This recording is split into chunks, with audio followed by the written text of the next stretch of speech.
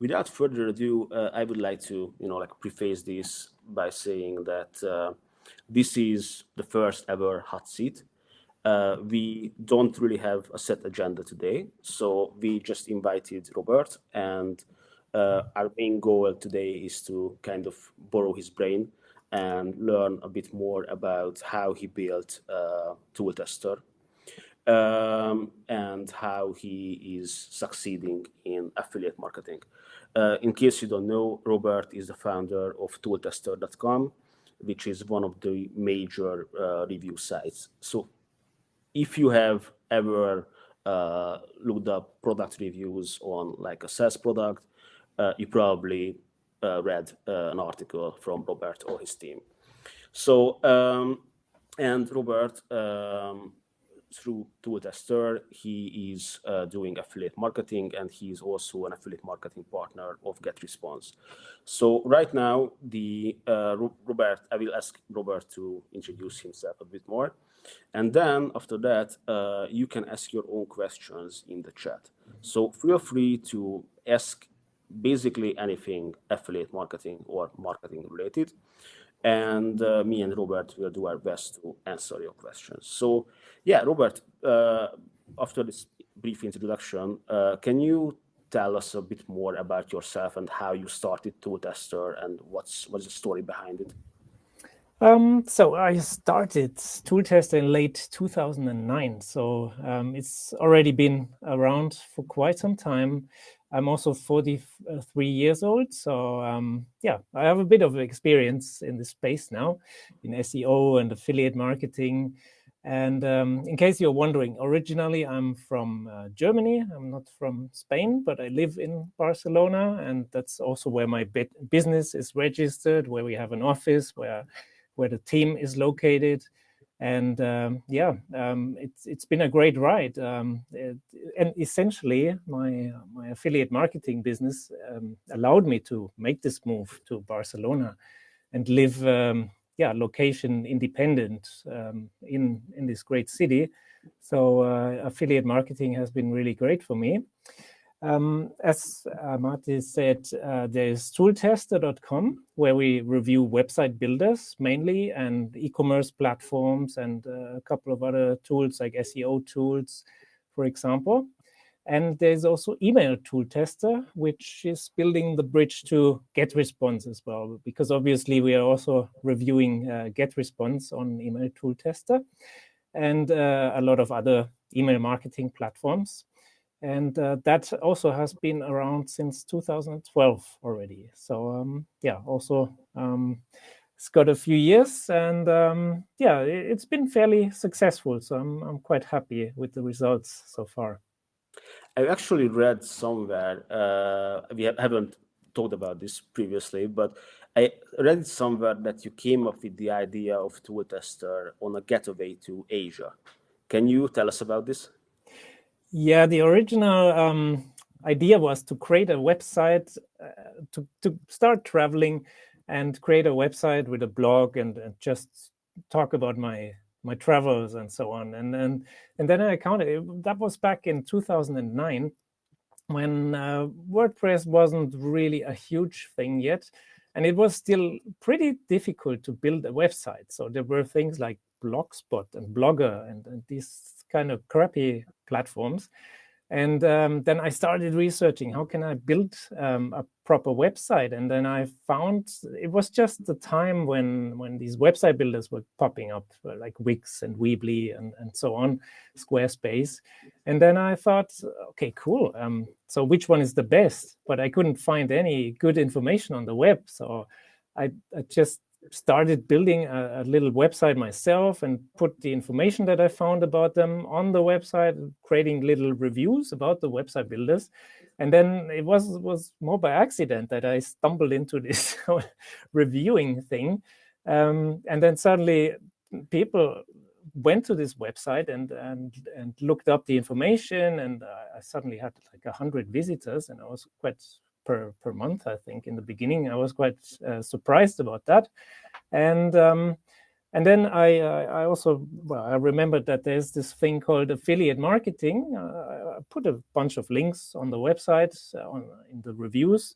And then I think it took like 2 months until I had the first sale. And I was like thrilled. Someone bought something and I'm getting a commission now. That's so great. And yeah, from there, it just went on and on and on. We internationalized the website because that was, I first started it in German and then translated it into English and then other languages like French, Spanish were added. And yeah, that was really good because people all around the world needed this information. And in the non-English countries, there was even less information about these website builders. So that worked pretty well. And that was the first thing to, after the initial growth, to really push it again and give it some more growth through internationalization. That's an amazing story. What was the point, I was wondering, when you were like, okay, so this is my full-time job now? Because I'm guessing by the way you told the story that in the first couple of months or maybe even years, it was more like a side project for you, and you were like happy when you were making your first sales. But what was the point when you were like, okay, I could make a living out of this? So it took, I think, about half a year until I really doubled down on it. I was still working as a full-time employee, but I saw the sales increasing. I think the first month was maybe 50 euros, then next month already 100, and it just almost doubled every month. And eventually I thought, when I was at maybe 1,500 euros, dollars, something like that, then I thought this could be something. And in Germany, I was able to get a startup, not a startup, like a entrepreneurship funding for 9 months, I think it was. And then I applied for that, received it. It was maybe I got 1,500 euros as well. And then combined with the affiliate income, I was fully confident that this will be good. And I quit my job, so after half a year, and yeah, just went full-time into affiliate marketing. Half a year is a pretty much overnight success, right? I mean, like as overnight as it can get online.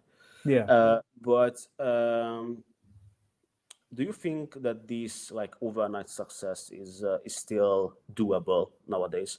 Because it like back in like 2009, 2010, it was a bit of like a different era on the internet. Right now, sometimes it seems like there is too much competition. Do you think that someone can still like make it big doing affiliate marketing if they are just starting now? I think so.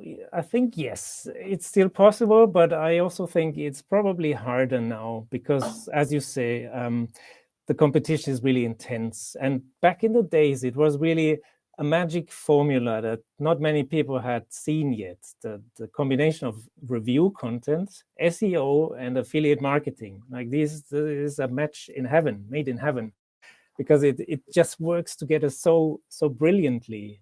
People are searching something on Google, like reviews. They are very close to the buying stage already. And then they land on your website, and then you can tell them about the product and send them away with an affiliate link. So it's really a great combination. But of course, now a lot of people have realized this. So it's the big niches like web hosting, website builders, that it's increasingly hard. And even we feel that for us, it's very hard to compete with the Forbeses and PC Max and all these huge publications. But what I would double down on, or what I would go after as a beginner, is like new stuff, new topics. AI is obviously a big one these days, and there's so many AI tools. I mean, I guess most of them, they're going to disappear again because they're just, I don't know, they're getting data from GPT and somehow wrap it together. But I'm sure there are also tools that are here to stay. And I think if you find these kinds of tools that are new, be AI or not AI, then you can build your authority around it if you're really interested. That's one key element here. If you're starting out, that you really have a deep interest in the topic, because this will help you keep going. I mean, this can also develop over time. You don't have to love the thing immediately, I would say, but you can learn to love it over time. If it's profitable and you're interested in the topic, I think over time you can also fall in love with the topic. So I guess you don't need the crazy passion in the very beginning, but if you think you can develop it over time, I think that's already good. And so yeah, short answer is it's going to be more difficult to have an overnight success, but it is also not impossible, because the audience is also much bigger. So many more people are using Google now, and the internet overall. Yeah. Yeah, that's a great answer. Actually, what you said about like learning to love your craft, I can really resonate with it, because a lot of people say that you should only do what you love, which I don't necessarily agree with like 100%, because I really love cooking, for example, but I know that I would never be a chef. But you have to have some kind of like affinity, or like some kind of familiarity with the topic that you want to promote. So yeah, for example, for you, it was it came from this like it came from a personal experience that you wanted to find the best web developer platforms. And I would also suggest the same. If you want to do affiliate marketing, find the niche that you have some experience in, or find the niche that you want to, learn more about. Another interesting thing that you said is about like the competition. So yeah, competition is definitely higher nowadays than it was back in the days, but also information is more accessible. So we didn't really go into this, but you had a huge huge history of being a marketer before you started Tooltester, right? So you were working as an SEO expert and a marketer. And No, I wasn't. I was an email marketing email specialist. marketing. Okay, Yeah. but you were still like you're still like familiar with like marketing concepts, and this is Yes, and digital tools and all that stuff. So that environment was very familiar to me. yeah. So, but nowadays, I would wager that it's easier to learn these skills than it Oh was yes. like 10 or 20 years ago. So yeah, bigger competition, but information is also like more accessible. And Oh yes. if you are looking for it, you can find it online. Yeah, let's. We have a lot of questions coming in, so Let's see what we have. let's see some of them. I'm just gonna bear with me for a second. Not this one. Yeah. What do you think are some of the like major risks associated with affiliate marketing? Risks. I don't know. Even on a personal level, do you think it's risky for someone to like start affiliate marketing with like any experience in the topic? Without any experience in the topic, I mean, it's not impossible. If it's a low competition industry, then sure. But if you have not much experience and you're trying to enter a competitive market, that's not going to work. But I think in terms of risks, that's the nice thing about affiliate marketing, that there are not that many risks. I mean, you could in theory get into legal trouble if you're saying things that are not true about a company when you review them, for example, and they send their lawyers after you. I mean, it hasn't happened in all these years to us, so I don't know how dangerous it really is.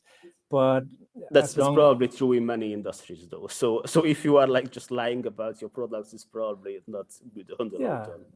Yeah. But I get a like follow-up question to this. So the original question might have been in relation to like, would you advise to someone to quit their job and start doing affiliate marketing? Or yeah, I mean, now I understand better the question. Yeah, it can be risky, especially, I mean, in the past, it was never that crazy with Google. Google is just, the algorithms are changing so much all the time. And it's pretty normal to have 30% less in traffic one day, and then the next day you have 20% more, and so on. So it can be very stressful, to be honest. And it has been in the past month have been very stressful because Google has done so many updates. One day you go up and the next day you go down with the next update again.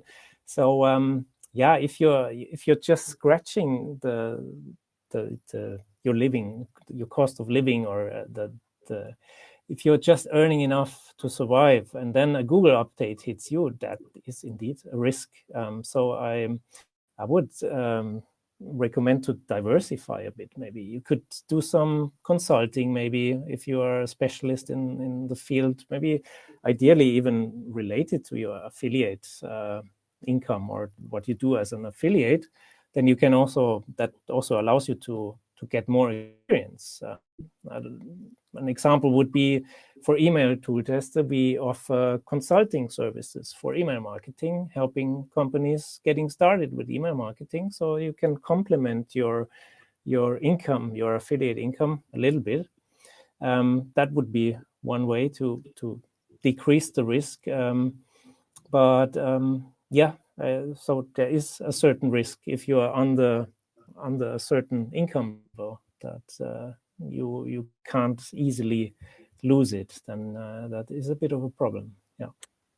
Do you think that this risk can be like mitigated? I mean, like what you mentioned, like doing some like consulting on the side. I think that's a great idea, and I also know a lot of affiliate marketers who do the same, or even teach affiliate marketing itself.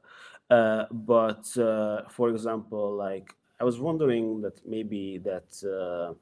If you have like a review site, but also have like a YouTube channel where you showcase these tools, then maybe, for example, you can add an extra revenue source by, like the Google AdSense network or like, from YouTube itself. Yeah, that's also something I would recommend. Try to be on different channels. You're gonna have to find out what is the best channel for you, whether it's social media or SEO. In many cases, it will be SEO, the most profitable channel and the easiest, as long as Google likes you. That is always the question. But yeah, it's good to also, in terms of brand building, SEO is not great to build a brand for you. That's not gonna really happen. You can show a nice website, but where you can really build your brand is more via video, via TikTok, via YouTube. That's maybe also via LinkedIn, because that's also something you have to think about these days. I think it's increasingly important for SEO to have a brand present. If people are not typing in your brand name into Google, then you have a problem, because then Google, I think it was one of the last updates, the helpful content update, as far as I know, that they are now looking at the searches, whether they include your brand name. They're called navigational searches. And if you don't have those, then they assess your content as not helpful, and then they just cut your traffic off. So when you should think about brand building already when you get started, how you best do that. Yeah, that's great advice. I have a really interesting question here, which I was also wondering myself. So let me put it on the screen real quick. So Wesley is asking, how do you decide who to partner with, which affiliate programs to join? Because there are so many out there that and I'm guessing that a lot of these companies offer like good money. How do you decide which one is best for you personally and for your brand to partner with them? It's a good question. Yeah, it's true. There's so many affiliate partners, potential affiliate partners out there, which is great because then you have a wealth of choice out there. But yeah, what I would always check, I mean, if I know the brand already, that's a good sign. And then I would check on a keyword search tool like GetResponse or SEMrush. Is there search traffic? Are there search queries? A lot of them, like for the keyword brand name review, is there any searches? And if there's a high demand, then I would think that's interesting. And of course, the affiliate program, you should also look into the specifics of it. An affiliate program with a recurring model is, I find, always particularly interesting, like the one GetResponse offers, because you can build your revenue. That's also maybe related to the previous question that I wanted to mention that, because it can also be it can minimize your risk if you have recurring revenue, which is coming back every month or every year. Then it's much safer, because as long as these customers they stay on, that you will receive a commission again. So these affiliate programs are very interesting. Of course, they are related to software products. You wouldn't find this in the physical world because usually you don't buy the same laptop again and again. But that is a good thing if it's recurring. But I mean, it doesn't have to. If it's a relatively high one-time payout, that's also great. I would be a bit careful with companies that are very hypey, that are very, very sales driven and very bombastic, and because I don't know, often they are not there for the long run. They make a big hype and then they might disappear, luring you in with high commissions, and then they just disappear. It's also very new products. I know I've recommended before that you should go after new niches because they're less competitive. But of course, there's the risk that these companies also disappear again because they didn't reach product market fit, and then they don't survive eventually. That's of course a risk as well. So do you try to get to know the people behind the product? Because one of our previous webinars, I don't know if there's anyone here that attended the webinar with Bennett Marcos. He is also an affiliate partner of GetResponse, and he said that whenever he joins a new program, he takes like considerable time and effort to connect with the people working at the company or the key decision makers in the company, to get from one point to get a better understanding of the product itself, and secondarily it's to establish like a stronger connection with these decision makers, to like work better with them, be able to promote the brand more effectively or the partner more effectively, and ultimately earn more commissions. So is this something that you would also recommend or you also do? It's funny because I think a lot of people, they are attracted by affiliate marketing because they can just sit behind the computer, be anywhere, like location independent and then don't have to talk to anyone and just do the SEO magic and receive income. I mean, it sounds very, very, like a dream paradise. But the reality is you need to connect to people. You need to be on calls, in meetings, and talk to them. And that's why I would fully agree with this, that you should talk to your affiliate partners. I mean, at Tooltester, we are probably partners with 300 companies, maybe. We are not doing a lot of business with all of them, but with the important ones, we try to interact and we try to be in touch because that's important. Since we're talking about SEO, it can, for example, it's a good opportunity to also get good backlinks from your affiliate partners. That is just one benefit, and you learn things about the product that you may not have known. Of course, for us as a review platform, it's we have to be careful how much we engage with a partner, because we are in the end a neutral platform and we don't want to be married to any of the platforms. But maybe you don't even do review content, so you can be even closer with your partner if you don't have to be neutral. And I would, of course, recommend being in exchange with your affiliate manager. Some affiliate managers are really great and they really want to help you, and others you can't even reach them because some companies, they don't even have an affiliate manager. That's also a reality.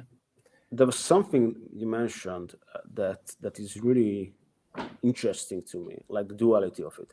So Tooltester is, as you said, it's mainly like a neutral review site. You try to be as unbiased in your reviews as possible.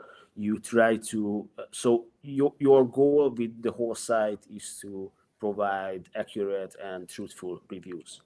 And this is what ensures that, not just that the visitors are making the right choices, but also ensures the longevity of your brand, because people know that Tooltester is a trustful or what's the word? A trusted partner. Yes, exactly, like a trusted resource. But on the other hand, you are incentivized to promote some of these people that you review. So how do you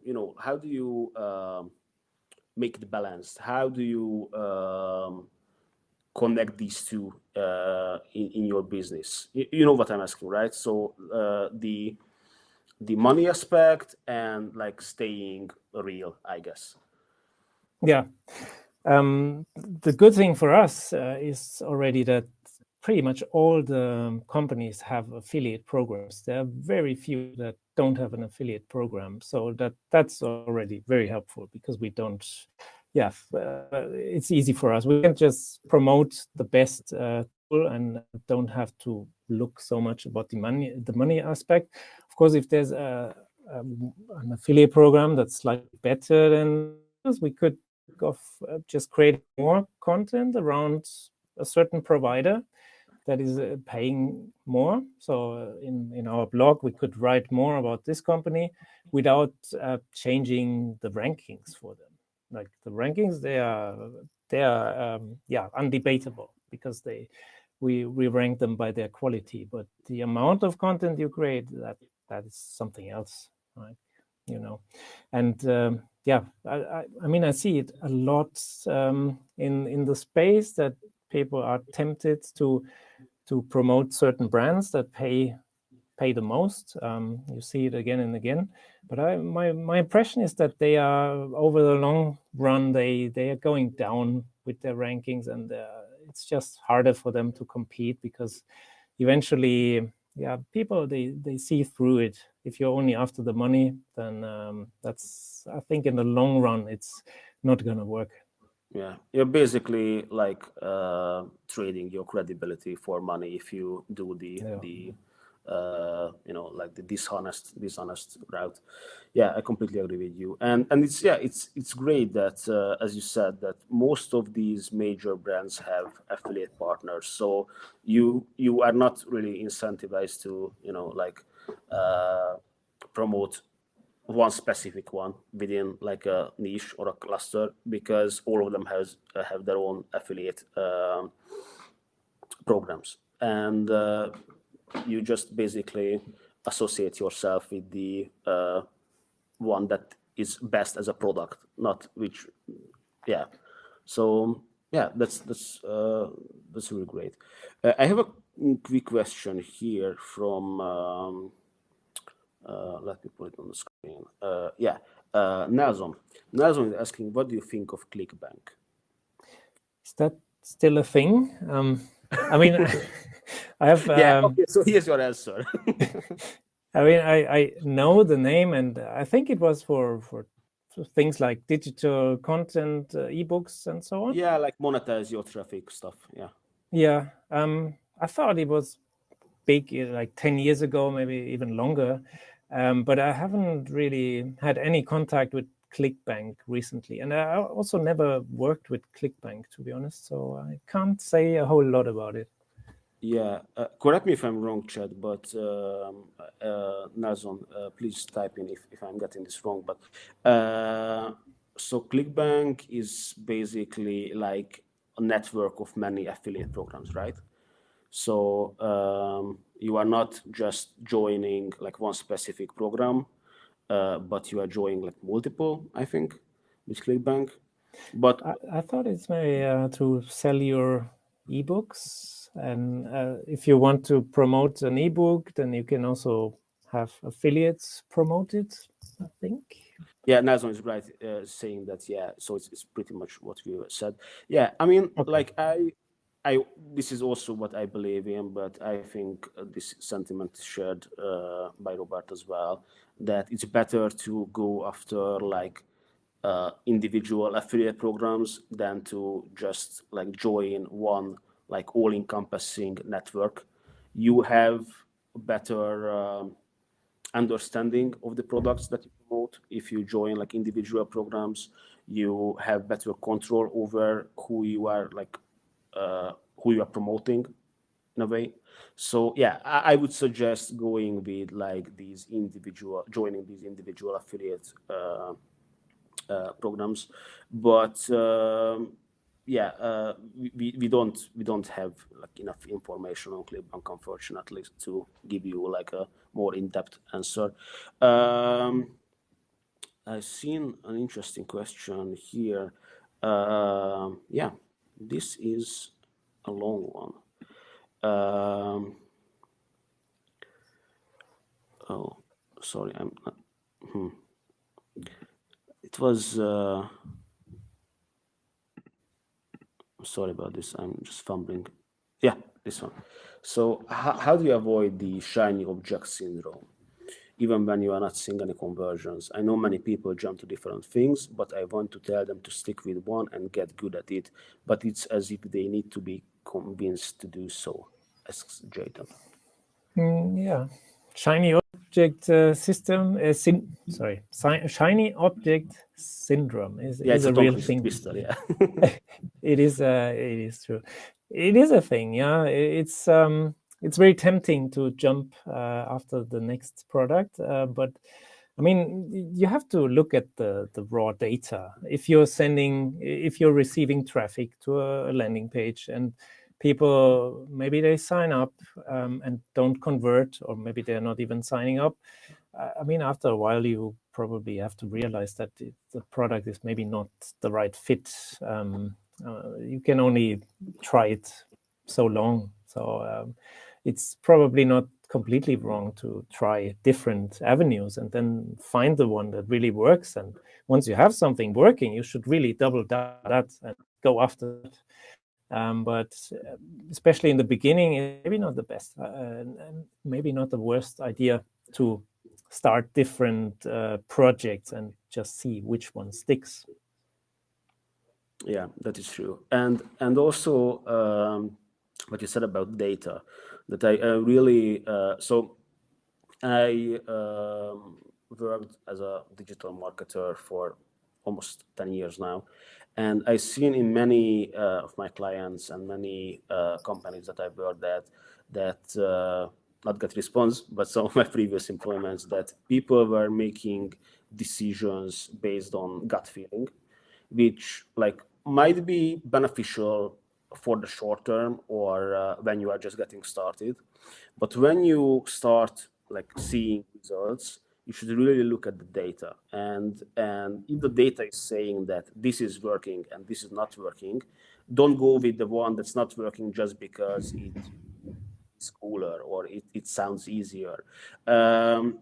If you see that, for example, you have a specific program that you started to promote on like YouTube, and you get a lot of traffic to it and you get a lot of conversions, but there is a cooler program with like I don't know, that you spent a lot of effort to write articles around it, but it's not selling.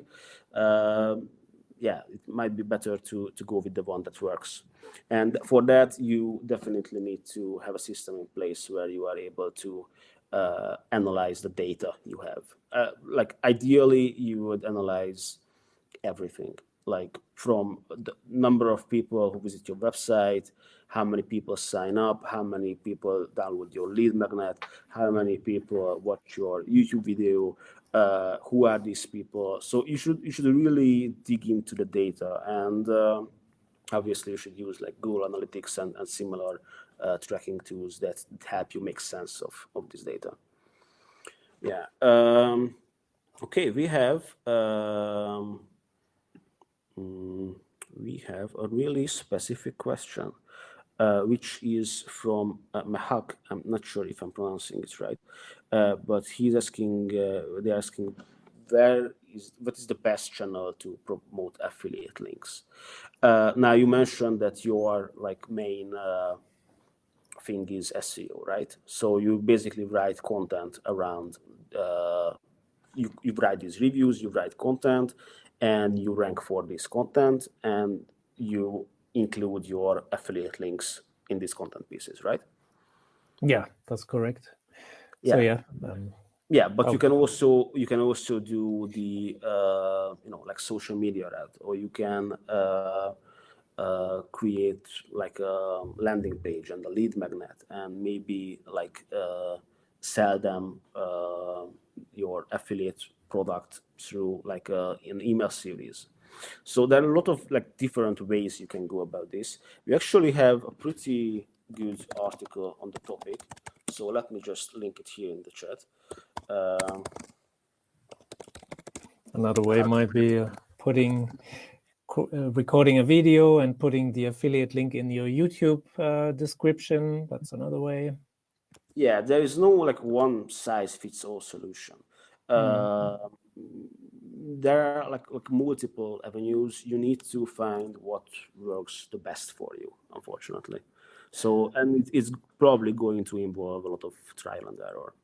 Yeah, I think generally the more shiny objects, the nice products, they work better on social media, and the more boring stuff, like software, that usually is better for SEO. So you really have to find your channel. But I see social media could also work really well for really interesting products. You could promote them well on social media. It's kind of related, but I mentioned maybe having a funnel for promoting your affiliate offers, and Ronette is asking exactly that. So how do I put it on the screen? Yeah, this one. So they are asking, what do you personally think about creating sales funnels, or would you just direct people straight to the affiliate link or straight to the affiliate product? Maybe we should first talk about what a sales funnel really is, so that everybody understands it. Yeah, you read. Do you wanna? Yeah. From my understanding, it's you have, for example, you start with the traffic could come from a Facebook ad, let's say, or any other ad. It goes to your landing page. People sign up. Then you send them an email. So you could build this with GetResponse. I think there's the auto funnels, I think it's called. So you send them emails, and I guess that's a simple sales funnel already. Yeah, absolutely. Yeah, this webinar is also a sales funnel technically. So we were promoting it on with paid ads. We were promoting it internally in emails. We had a landing page. People could sign up. You can watch the webinar, interact with it, and at the end, you might receive some emails from GetResponse, and hopefully one day, maybe you will decide to become a user of GetResponse, maybe even a customer. So yeah, a sales funnel is basically like a series of steps that you guide your audience through to get desired outcome at the end. And yeah, so now that we know this, what do you think about using sales funnels for affiliate marketing? We use them. I think it's a very good way to avoid that people come to your website once, then they leave, and you never get them back again because they can't remember you. If you get them to sign up for a free ebook, for example, then you have the chance to email them and make them come back to your website. So you have more touch points, which is important because they will have more trust over time. And then they are also, with every visit, they are more likely to click your affiliate link. So it's a good thing, obviously. And it can also be, you can have pretty creative ways of setting up sales funnels. So a webinar can be one thing. It's maybe a bit hard to run a webinar with a lot of participants, but what we are also doing is using quizzes. On our website, you can like what is the best website builder? You answer a couple of questions and then you get an answer. What is right for you? It's a playful way of telling people what website builder they should choose. And then you can also ask them for their email address. We usually promise a discount coupon or something like that so that they sign up, and then we can email them. And then they will return usually to our website, and we can engage with them again. So there are a lot of interesting ways you can use sales funnels. Yeah, we actually will have a course on how you can build your own email list, and a huge part of it is dedicated to sales funnels and how you can create different kinds of lead magnets. So that's going to be available probably next month. So keep an eye out on the GetResponse resources pages, because that's gonna get published. And yeah, it's gonna be like a 3-hour long course where you can learn all of this like in a deeper level. Yeah, that's the gist of it. You can use quizzes, you can use courses, you can use webinars, you can use ebooks, even like a coupon code. Coupon codes don't really apply for affiliate marketing, but if you have like an e-commerce store, you can use coupon codes as lead magnets. Anything that you can offer to your visitors in exchange for their email addresses. I have another personal question that I wanted to ask from you is, what are some of the biggest mistakes that you see like people make when they start their affiliate marketing journey? Well, what I lately see a lot is like these websites that are built entirely on AI content that may get some traffic initially, but they always pretty quickly die down because, if you use unedited AI content, that's not going to work. It's going to be a problem in the long run once your visitors realize that the content is not useful. Other mistakes, let me think. think I took some notes on this one. Maybe even from your personal experience. Yeah.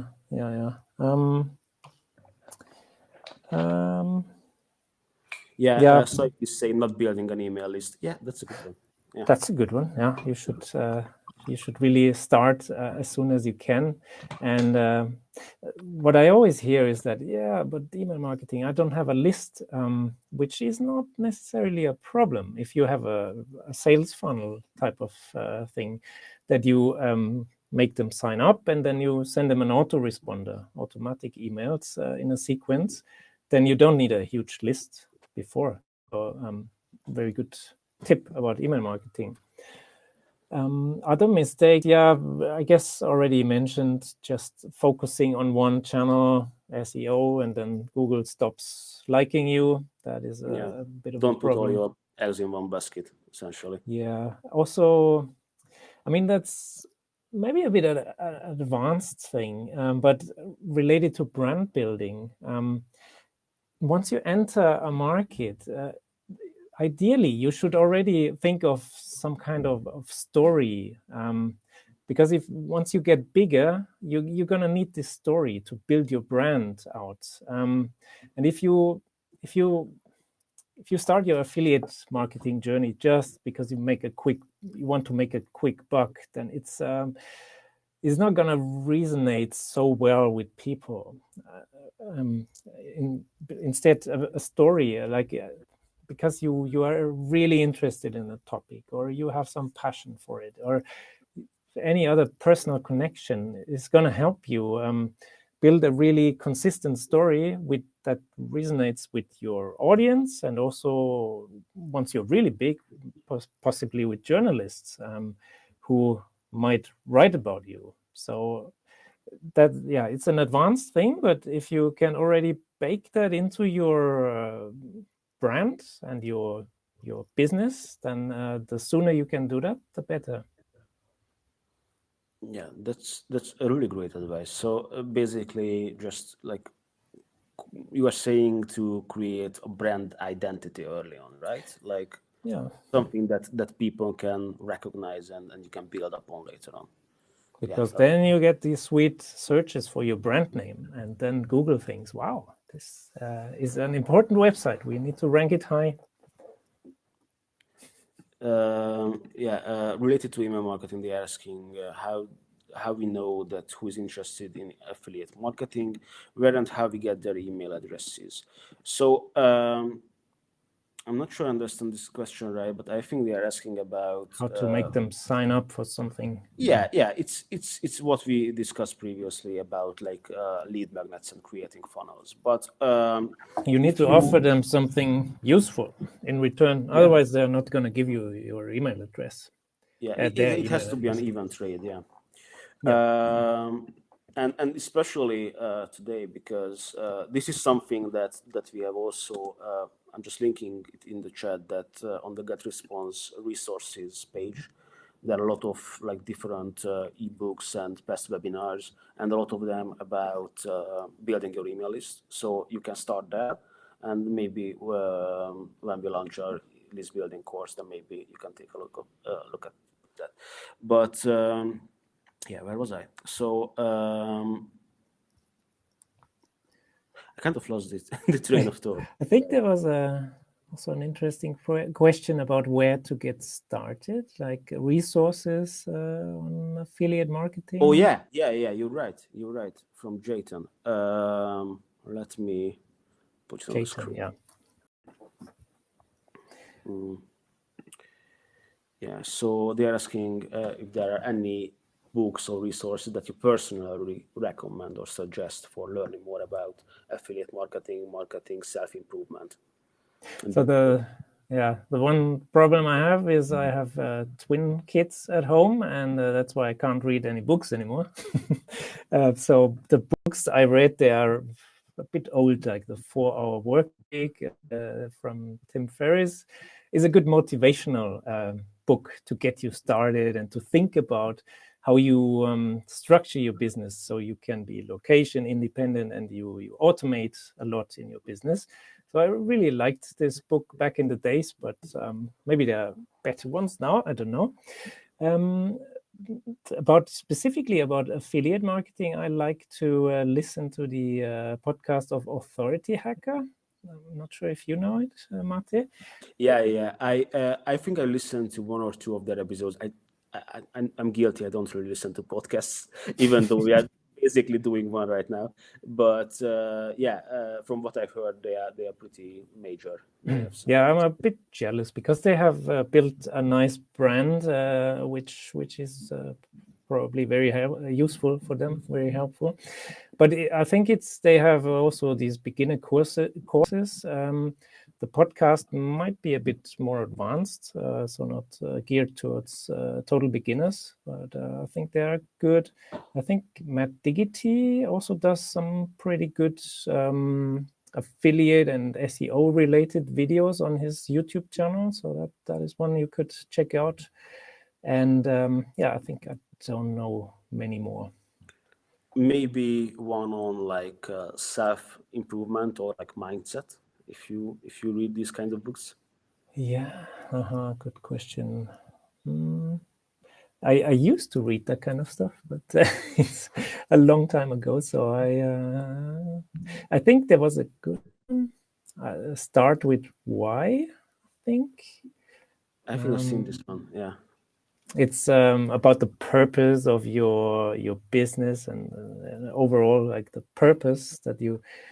I think it's a bit related what I said about the brand building, that you really think about what you're doing and why you're doing it. So you already have a story that makes sense. We have some suggestions in the chat: Atomic Habits, Think and Grow Rich, Lean Startup. Yeah. These are some other classics. Yeah.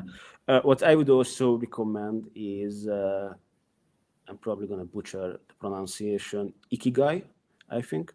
It's a book about this Japanese philosophy that you have to find your like ikigai, which is the what you are good at, what is good for the world, and what you can make money with. And at the intersection of these is your ikigai, which is your like life's purpose. And this is what the book is about. It's more like of a philosophical read than like actual like steps on how to achieve success. But I really enjoyed reading that. And then I think we have time for one last closing question, which is, what do you think is the future of affiliate marketing? Do you see any trends that might pick up like next year, or what's your opinion on this? I think AI is probably going to play a very big role. I mean, we are already at Tooltester using ChatGPT, for example, and also other AI tools, Surfer AI a little bit, to create content. You can't create the content by the AI tool and not edit it.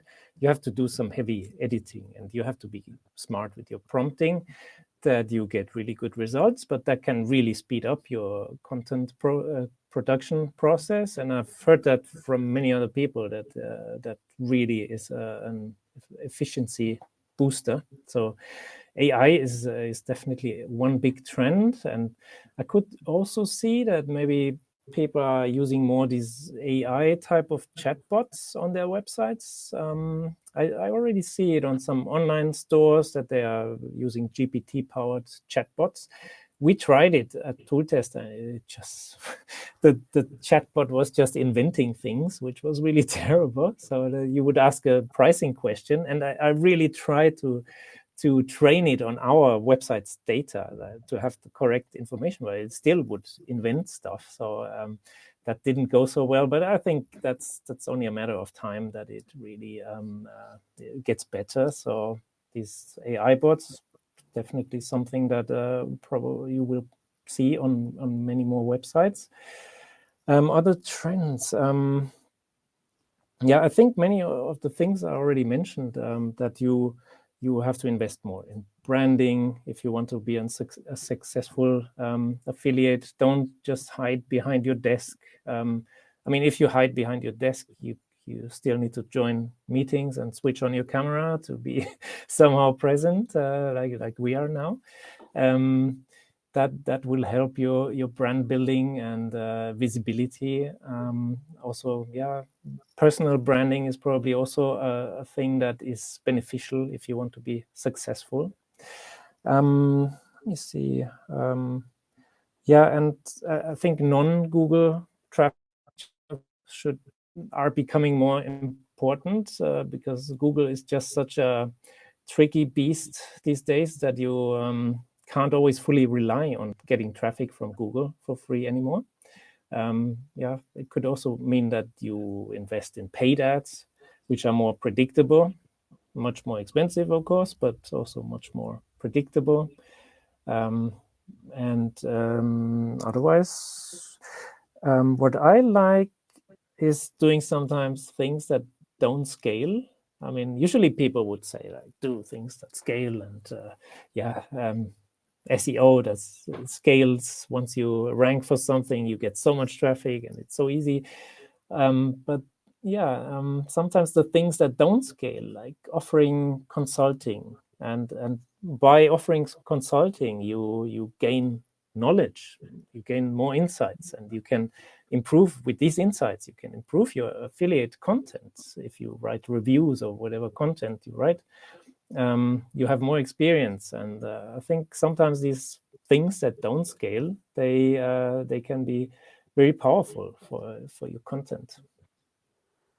Thank you. And on that note, I would like to thank you, Robert, for coming here today and for this amazing discussion. And thank you, everyone who joined live and asked your questions. I certainly learned a lot today, and I hope you also you did too. And Robert, is there anything that you wanted to shout out? Anything that you are working on or you want to promote? We are constantly working on things. We're currently working on a email marketing delivery checklist that can be downloaded on emailtooltester.com if you're interested in that, to improve email deliverability if you already have an email list. But otherwise, just pop by. Send it here to the chat. And oh no, sorry, wrong link. I'm also getting tired. It was a long session, but here it is. So make sure to check out Tooltester and email Tooltester. And also, otherwise, I'm quite active on Twitter, or X as it's called now. So you can find me there with Robert Brandl. And I would be happy to connect with you. And otherwise, just check out our websites. We would be also, if you have questions, it's also another thing that doesn't scale. We do personal support. So if you send us a question via contact form, we will answer you, and which is a manual thing, but it's a good thing. Great. Thank you again, Robert, for coming here. It was a great session. Thank you, everyone, for joining us, and have a great rest of your day. Thank you for having me. It was a pleasure. Bye-bye, everyone. Bye-bye.